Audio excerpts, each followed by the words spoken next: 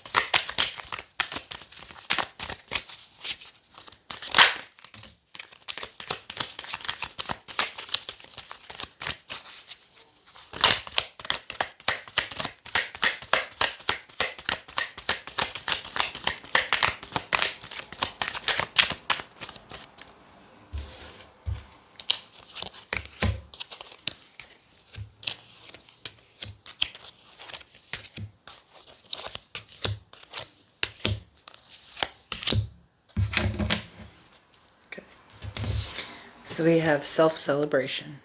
I am amazing. I rejoice in my successes, big and small. I'm proud of the person I'm becoming. I celebrate myself today. We have very soon. Clearly decide what you want so that it comes to you now. And uncertainty. The shades of gray within the fog will eventually lift, which is interesting to have that card when the Two of Swords is the main energy here. Supporting, we have the Devil, Capricorn energy, the Five of Swords, the King of Pentacles.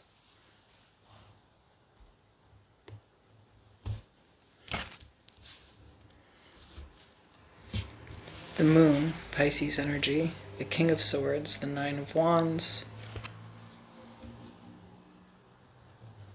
And at the bottom of the deck, the Seven of Pentacles. So I feel like you're unsure about whether you're supposed to be investing in something or not. It's kind of given like one of those relationships with a person where it's kind of toxic and on and off, you know? I mean, it's not kind of giving it, it's literally giving it. Where the two of you get into arguments and then you don't talk for a while, and this might be longer than usual, but I feel like I said, there's uncertainty here, like not really sure if you should just go, if a person's actually done with you, you know, if they're over it, if they're not. I just feel like there's definitely no communication, and there's maybe even a little bit of obsession. But, you know, because you're not getting any effort or energy out of this other person, you could be feeling like maybe you're slowly like learning to live without them, that maybe they're not even what you want, you know. I think that now you're at a crossroads where before you might have been 100% sure this is what you wanted, and you just don't know how to make it work, to perhaps feeling like it may be time to just go ahead and just give up, just kind of sacrifice the relationship for your own mental wellness.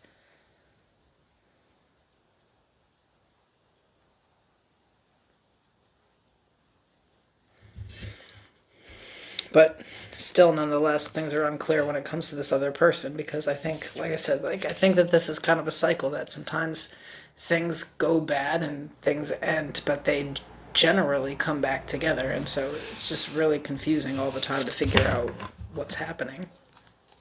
So tell me about the King of Swords, or Pentacles, however it fits here.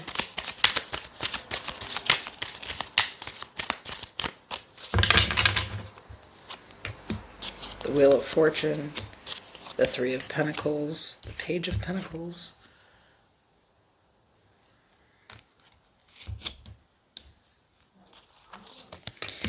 The Tower, Aries, Scorpio, the Hermit, Virgo, and Strength, Leo energy. At the bottom of the deck, the Seven of Swords. And the Knight of Cups is behind that.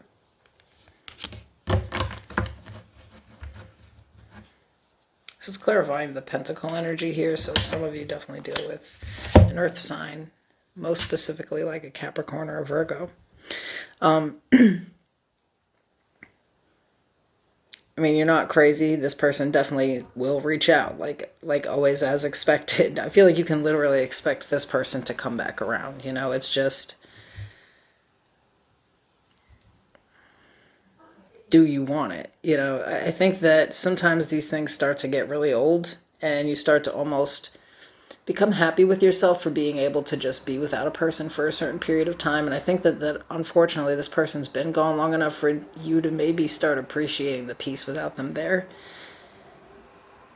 And I feel like they may have truly screwed up, because it's like they have to plan their comeback. You know, it's like, I think they're responsible for whatever sort of happened here. Not completely. I mean, it always takes two, but I'm saying, like, whatever this last really chaotic event was, you know, they allowed that situation to happen. It happened because of them, you know? So I feel like after that, avoiding the situation only made it worse. So I think both of you are kind of like in this stage of not knowing if the other person's just kind of like over it and ready to move on.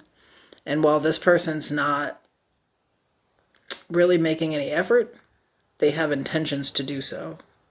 It seems to me like maybe they messed up the most. Cross-watchers, don't get pissed. You can always say something's in the reverse, but, I mean, I don't know what's the point in cross-watching if it's not, you know, sometimes to be more self-aware of, like, what the hell's going on. But I think both of you are, like, at this standstill in this unsure situation. So I feel like there is this decision that's going to have to be made coming up about whether you really want to jump back into this with this person or just sort of let it fall apart.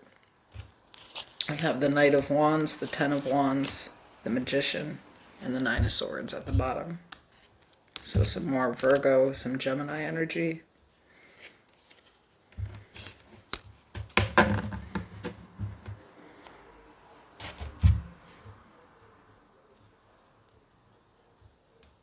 Yeah.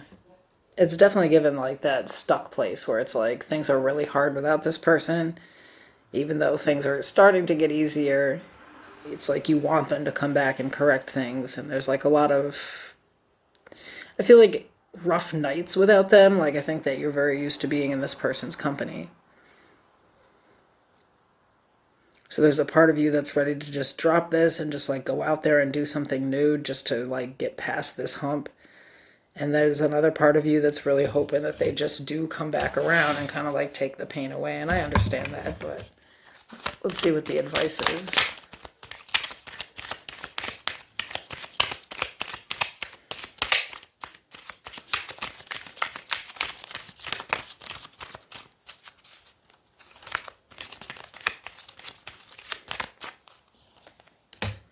The Eight of Cups, the Ace of Cups, the Fool, Aquarius energy, and the Three of Cups is at the bottom. Maybe it is time to just leave it alone and try something new. I mean, you'll be given the opportunity either way. You can reconcile and start new with this person because they are coming back. But some of you have been really questioning if this is really what you want. And I think that's a really good question to be asking here before they come back. Is that, you know, if this has already happened more than once and it's kind of on and off, like, is that something that you're willing to consistently deal with? Is it something where you could set boundaries and it would change? Or does someone feel like they can manipulate a situation and kind of like have something off and on with you so that they can still maintain some type of life and avoid any type of complications? You know, you have to really think these things through and what it is that you really do want here. So it kind of, I can see where there's maybe two different people here where, you know, one person still is, you know, just wants this. You know, there's another person questioning if they do, though. You know, it's like they know that they have this obsession with this person. When they're not around them, they get really kind of messed up mental health wise, maybe not eating or sleeping right. But at the same time, it's like happening often. So, you know, somebody is questioning, how often should I be going through this? And I think now is just sort of the time to sit down and really figure out, as this says, what it is that you really want, and to make sure you're really clear about it. And then ask yourself if this person can actually give it to you. Because some of you really are, you know, you've already learned by now that you're completely capable of being without them. You know, I think that you've had to be several times now for periods of time.